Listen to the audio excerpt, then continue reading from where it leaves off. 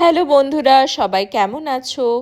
পুজোর আর বেশি দিন বাকি নেই, তো সবাই নিশ্চয়ই পুজোর শপিং শুরু করে দিয়েছো।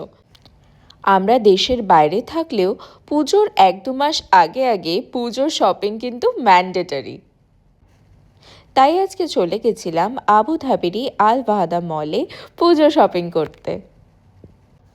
ছোটবেলায় পুজোর 1-2 মাস আগে থেকেই শুরু হতো সারা বছরের যাবতীয় কেনাকাটা।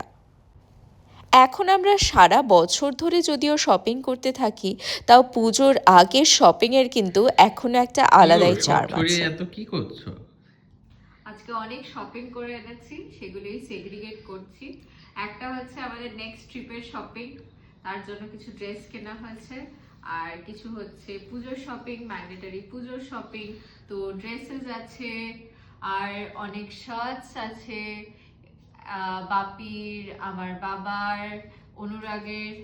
আর অবভিয়াসলি পুজো তো সাদা জিনিস তো কিনতেই হবে। তো রয়েছে লিপস্টিক, কারণ লিপস্টিকটাই আমার পছন্দের।